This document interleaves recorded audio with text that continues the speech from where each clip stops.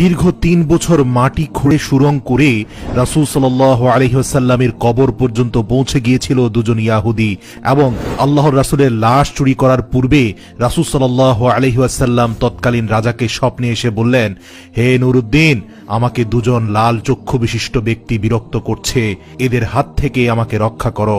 প্রিয় দর্শক, হিজরির ৫৫৭ সালে ইয়াহুদিরা চক্রান্ত করে রাসূল সাল্লাল্লাহু আলাইহি ওয়াসাল্লামের লাশ চুরি করতে নিয়েছিল মদিনা থেকে।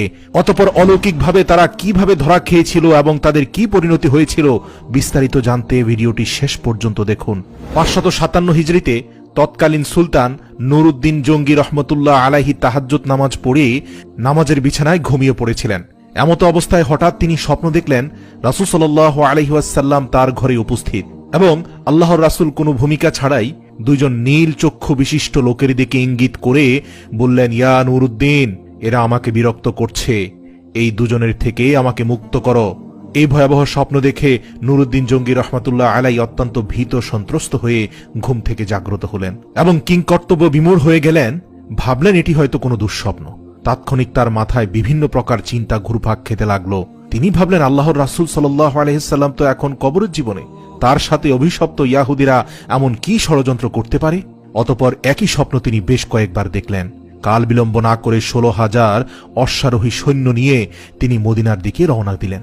সেই দুজন ভয়ঙ্কর নীলচক্ষু বিশিষ্ট ব্যক্তিকে মদিনার অলিতে গলিতে খুঁজতে লাগলেন, কিন্তু তার সৈন্য বাহিনী দীর্ঘ ২ সপ্তাহ ধরে খোঁজার পরেও মদিনাতে সেই দুজন ব্যক্তিকে খুঁজে পেল না, যাদের ব্যাপারে আল্লাহর রাসূল সতর্ক করেছেন। এরপর ১৭তম দিনে তিনি মদিনার চারপাশ সৈন্যবাহিনী দ্বারা ঘেরাও করে ফেললেন এবং আদেশ জারি করে দিলেন, যারা মদিনার বাইরে আছে তারা ভিতরে আসতে পারবে, কিন্তু মদিনা থেকে কোনো লোক বাইরে যেতে পারবে না। নুরুদ্দিন জঙ্গি রহমতুল্লাহ আলাই জুমার খুতবা প্রদান করলেন, ঘোষণা দিলেন, আমি মদিনার মানুষকে দাওয়াত দিয়ে একবেলা খাওয়াতে চাই। আমার অভিলাষ সকলেই যেন এই দাওয়াতে অংশগ্রহণ করে। এটি সুলতানের আদেশ। সুলতান মদিনাবাসীকে আপ্যায়নের জন্য বিশাল আয়োজন করলেন। নির্ধারিত সময়ে খাওয়া দাওয়া শুরু হলো এবং তৃপ্তি সহকারে মদিনার অলিগলির সকল মানুষ এসে খেলেন, কিন্তু সেই দুজন ব্যক্তিকে খুঁজে পাওয়া গেল না। এরপর তিনি বিশ্বস্ত বেশ কয়েকজনকে জিজ্ঞেস করলেন, আচ্ছা, আর কেউ কি অবশিষ্ট আছে যারা এখনো আমার আতিথেয়তা গ্রহণ করেনি? এই শুনে লক্ষাধিক জনতার মধ্যে এক ব্যক্তি হঠাৎ করে বলে উঠলেন, হুজুর, আমার জানা মতে সম্ভবত ২ জন লোক এখনো বাকি আছে যারা আল্লাহওয়ালা বুজুর্গ মানুষ।